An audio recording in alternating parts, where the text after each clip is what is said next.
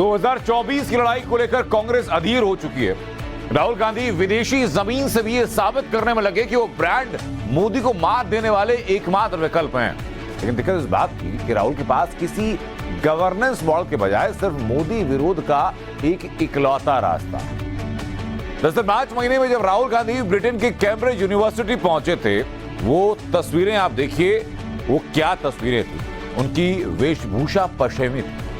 और इस बार जब राहुल गांधी कैलिफोर्निया पहुंचे तो न सिर्फ भारतीय परिधान में थे बल्कि तिलक लगाया हुआ था। तस्वीरें आपके सामने हैं। तो क्या सनातन चिन्हों के जरिए कोशिश एक सॉफ्ट हिंदुत्व के कार्ड को चलने की है? क्या किसी स्पष्ट गवर्नेंस मॉडल के बजाय राहुल गांधी के खिलाफ नेगेटिव एजेंडा राहुल गांधी मोदी के खिलाफ चला करके और खुद को असली हिंदू बता करके 24 की सत्ता का समर साधने के लिए निकले हैं?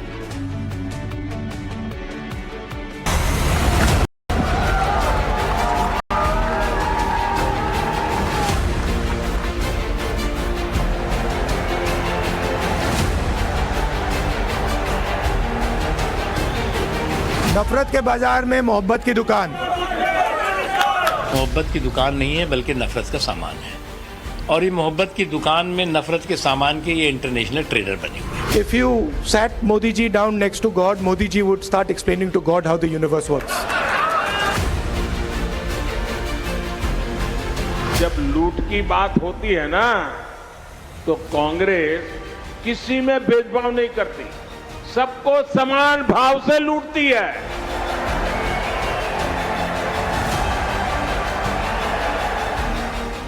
चौबीस के महायुद्ध का संधान कांग्रेस कहां से कर रही है श्रीमान? अमेरिका से। जी, राहुल गांधी अमेरिका के मंच पर खड़े हैं, निरे देसी आउटफिट में। ब्रिटेन दौरे वाला सूट बूट टाई वाई नहीं है, खालिस अंदाज है, धवल कुर्ता पजामा, स्याह सदरी और ललाट पर लाल रंग का तिलक। लेकिन सेम सिलेबस, मोदी निंदा। नफरत को राहुल नेति नेति कहते हैं और चंद उमड़े चेहरों के सामने राहुल मोहब्बत की दुकान खोलकर बैठ जाते हैं। Love you, love you. Rahul ji की मोहब्बत की दुकान में मोदी वृत्तांत ही रहता है, तीखे कटाक्ष के साथ। That is the disease, that we have a group of people in India who are absolutely convinced that they know everything. In fact, I think they think maybe they know even more than God. They could sit down with God and have a conversation and explain to him, about what is going on. And of course, our Prime Minister is one such specimen.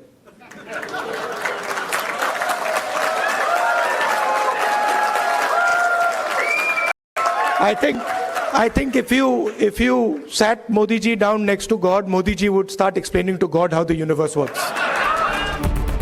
ऐसा लगता है जैसे बेचैनी बड़ी है, ऐसा लगता है जैसे मोदी को मोदी रूप में रिप्लेस कर देने की उम्मीद बढ़ी है। तभी तो सॉफ्ट हिंदुत्व के हर संकेत को साट लिया जाता है, तिलक, भगवा पटका वगैरह।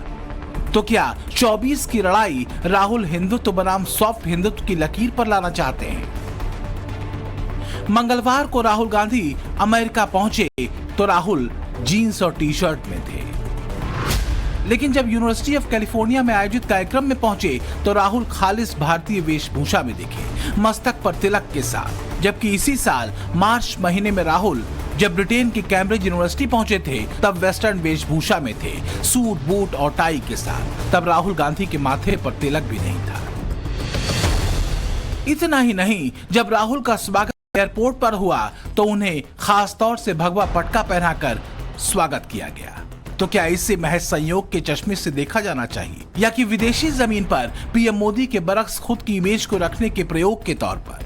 सॉफ्ट हिंदुत्व वाले चिन्हों के साथ राहुल अमेरिका की जमीन पर एक प्रोपेगेंडा रखते हैं देश के भीतर मुसलमानों के हालात में। It is felt most strongly by the Muslim community, okay, because it is done most directly to them. तो 1980 में राहुल गांधी नहीं जानते कि यूपी में सरकार उनकी थी तो हाशिमपुरा हुआ, मलियाना हुआ। 1980 में उन्हीं की पार्टी की सरकार थी तो दिल्ली का मैसेकर हुआ। यूपी में उन्हीं की सरकार थी तो मुरादाबाद की ईदगाह में 400 से ज्यादा मुसलमानों को पुलिस फायरिंग में मार दिया गया। 1980 में उन्हीं की सरकार थी जब दिल्ली की सड़कों पर सिखों के खून से होली खेली गई थी। तो क्या ये राहुल का राजनीतिक पाखंड है? ओवैसी ये कहना चाहते हैं, क्योंकि ये बात भी दीगर है कि 80 के दशक में दलितों के खिलाफ होने वाले जिस अत्याचार की बात राहुल विदेशी जमीन से करते हैं, उस दौरान देश ही नहीं राज्यों में भी कांग्रेस की ही सरकारें थी। 1980 से लेकर 1989 तक यूपी में निर्बाध शासन कांग्रेस का ही रहा। तो क्या मोदी की खींची हिंदुत्व की लाइन कांग्रेस की मजबूरी बन चुकी है? क्या राहुल के पास मोदी के सबका साथ सबका विकास नीति का जवाब नहीं है? क्या राहुल गांधी और कांग्रेस पीएम मोदी को अपमानित करना ही सत्ता पाने का रास्ता मानते हैं? जो साख भारत की आज पूरी दुनिया भर में बढ़ रही है, उसको कहीं ना कहीं गिराने का काम लगातार राहुल गांधी जी करते हैं। और दुनिया के बड़े नेता जब ये कहते हैं कि मोदी जी दुनिया के सबसे लोकप्रिय नेता हैं, और बार बार एक नहीं अनेक ऐसे सर्वेस में पाया जाता है। ऑस्ट्रेलिया के प्रधानमंत्री कहते हैं prime minister Modi is the boss. शायद राहुल गांधी जी को ये बात भी हजम नहीं हुई। दरअसल विदेशी जमीन पर मोदी का बढ़ता क्रेज गांधी परिवार और कांग्रेस दोनों को बेचैन कर रहा है। मोदी की विकास और विश्वास की लकीर कहीं ज्यादा गाढ़ी और लंबी है, जो मोदी के गवर्नेंस मॉडल का डंका दुनिया में बजा रही है। इसके बरक्स किसी गवर्नेंस मॉडल को लेकर कांग्रेस और राहुल गांधी के हाथ खाली हैं। 24 में हर हाल में सत्ता पाने को बेचैन राहुल और कांग्रेस ये भूल जाते हैं कि मोदी का क्रेज अगर दुनिया की जमीन पर बढ़ा है तो इसके पीछे मोदी का गवर्नेंस मॉडल और स्पष्ट लाइन महत्वपूर्ण रही है। अजमेर में मोदी के राजनीतिक स्पष्टता की दोनों छवि साफ दिखती है। ये भारत के ही लोग हैं जिनकी वजह से आज दुनिया कह रही है कि ये दशक भारत का दशक है, ये सदी भारत की सदी है। लेकिन भाई और बहनों, भारत की ये उपलब्धियां, भारत के लोगों की ये कामयाबी कुछ लोगों को पच नहीं रही है। राहुल गांधी के पास नया क्या है ये कहना मुश्किल है, पर बीते करीब 9 सालों में पीएम मोदी की लीडरशिप में हिंदुस्तान के बदलाव की तस्वीर दुनिया के मंच पर उजली है और साफ है। 29 मई को रिलीज हुई मॉर्गन स्टैनले की एक रिपोर्ट सामने आई है, जिसकी हेडलाइन है how India has transformed in less than a decade. एक दशक से कम वक्त में कैसे भारत में बदलाव आया। रिपोर्ट कहती है कि आज का भारत उस भारत से अलग है जो 2013 में था। 10 साल से कम वक्त में भारत ने सकारात्मक तौर पर वर्ल्ड ऑर्डर में जगह बनाई है। तो क्या कांग्रेस और राहुल गांधी को यह समझना होगा कि 24 का संधान जाति मजहब के नफरती भेद से नहीं, विदेशी धरती पर मोदी के विरुद्ध विश्वमन से नहीं, बल्कि मोदी ब्रांड गवर्नेंस के विकल्प से होगा। और क्या सिवाय ओढ़े गए सनातनी चिन्हों के राहुल गांधी के पास बेहतर गवर्नेंस का कोई चित्र है? ब्यूरो रिपोर्ट, टाइम्स नाउ, नौ भारत। वहीं वाराणसी के ज्ञानवापी मस्जिद से जुड़े श्रृंगार गौरी केस में मुस्लिम पक्ष को झटका लगा। मुस्लिम पक्ष ने इस केस में 1991 के प्लेसेस ऑफ वर्शिप एक्ट का हवाला दिया और कहा कि कोर्ट को मामले की सुनवाई का अधिकार नहीं। इस दलील को जिला जज ने खारिज कर दिया था और इसी फैसले के खिलाफ मुस्लिम पक्ष हाईकोर्ट गया था, लेकिन इलाहाबाद हाईकोर्ट ने भी मुस्लिम पक्ष की आपत्ति को खारिज किया और इसके बाद श्रृंगार गौरी की नियमित पूजा की मांग वाली अर्जी पर सुनवाई का रास्ता साफ हो गया।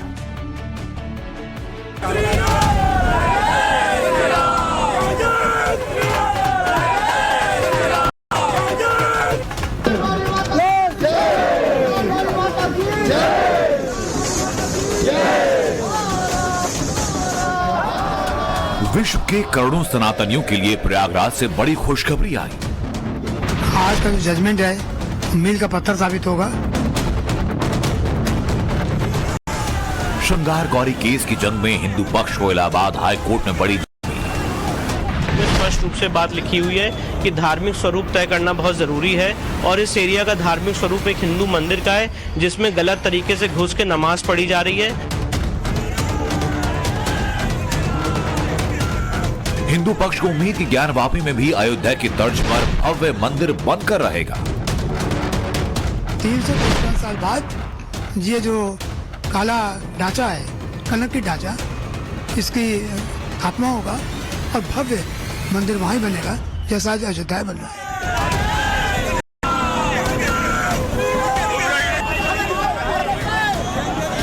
हमारा ज्ञानवापी मंदिर था, मंदिर है, मंदिर ही रहेगा। इलाहाबाद हाई कोर्ट से फैसला आया और काशी हर हर महादेव के नारों से गूंज उठा। हिंदुओं का 350 साल का इंतजार धीरे धीरे खत्म होने की तरफ बढ़ रहा है। वाराणसी के ज्ञानवापी मामले से जुड़े श्रृंगार गौरी केस में हिंदू पक्ष को इलाहाबाद हाई कोर्ट से खुशखबरी मिली और मुस्लिम पक्ष को बड़ा झटका लगा। अंजुमन इंतजामिया मस्जिद कमेटी की तरफ से दाखिल याचिका को खारिज कर दिया गया। बहुत बड़ी बात है, फैसला आ गया हम लोग के पक्ष में। इससे मुकदमा और आगे बढ़ता रहेगा। जो हम लोग लटकाते भटकाते समय काटते रहे वो ऐसा नहीं। हम लोग को डर भी था कि हमारे मंदिर हमारे हाथ से जा रहा है, मस्जिद उनका, तो इसलिए उन्होंने समय काटा। खुशी है जी, बहुत बड़ी खुशी है। क्या लगता है कि आगे का रास्ता अब होगा? जी और साफ होगा इसमें। अब हम लोग का मुकदमा और तेजी से बढ़ेगा, अब रफ्तार पकड़ेगा, क्योंकि बार बार लटकाने फटकाने और झटकाने का काम कर रहे थे मुस्लिम समाज। इस फैसले के आने के बाद अब तेजी से हम लोग का मुकदमा आगे जाएगा। तो हम लोग के लिए बहुत बहुत बहुत खुशी है। सुप्रीम कोर्ट जाएंगे तो वहां भी खारिज होगा, क्योंकि उनके पास कोई प्रमाण ही नहीं है। 7-11 कोई नहीं है, प्रमाण ही नहीं है। वक्फ बोर्ड बार बार कहते हैं कि वक्फ की संपत्ति है, वक्फ कोई प्रमाण ही नहीं है उनके पास, इसीलिए खारिज होता है। इसीलिए वाराणसी जिला जज में भी खारिज हुआ, माननीय हाई कोर्ट में भी खारिज हुआ, सुप्रीम कोर्ट में जाएंगे वहां भी खारिज होगा। दरअसल ये केस वाराणसी जिला जज की अदालत में चल रहा है। ज्ञानवापी श्रृंगार गौरी केस में मुस्लिम पक्ष को बड़ा झटका लगा है। इलाहाबाद हाई कोर्ट ने मुस्लिम पक्ष की उस याचिका को खारिज कर दिया है जिसमें ज्ञानवापी के अंदर श्रृंगार गौरी के नियमित दर्शन पूजन को लेकर हिंदू पक्ष की ओर से वाराणसी के जिला जज की अदालत में एक मामला दाखिल किया गया था और उसी जो फैसला जिला जज की अदालत ने दिया था वो इलाहाबाद हाई कोर्ट में चैलेंज किया था।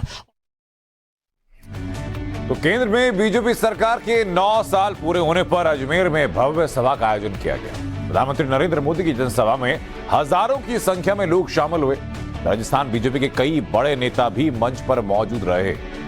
अपने संबोधन में पीएम ने 2014 से पहले की केंद्र सरकार पर निशाना साधा और कहा कि कांग्रेस के समय में केंद्र में रिमोट कंट्रोल की सरकार, बोले कि पीएम के ऊपर भी एक सुपर पावर थी। आप याद कीजिए 2014 से पहले देश में क्या स्थिति थी। पूरे देश में जनता भ्रष्टाचार के विरुद्ध सड़क पर उतरी हुई थी। बड़े बड़े शहरों में आए दिन आतंकी हमले होते थे। कांग्रेस सरकार सीमा पर सड़कें बनाने से भी डरती थी। महिलाओं के विरुद्ध अपराध चरम पर थे। प्रधानमंत्री के ऊपर सुपर पावर थी। कांग्रेस सरकार रिमोट कंट्रोल से चल रही थी।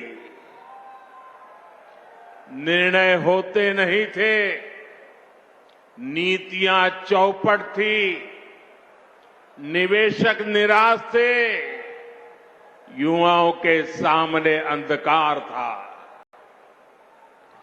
जनता से वोट लेकर कांग्रेस जनता को ही कोस रही थी।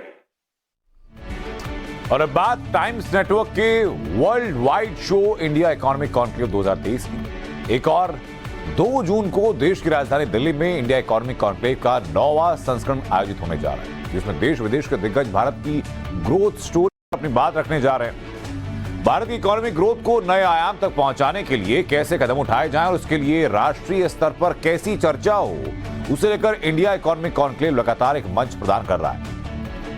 कॉन्क्लेव की इस बार की theme India the emerging third super power है।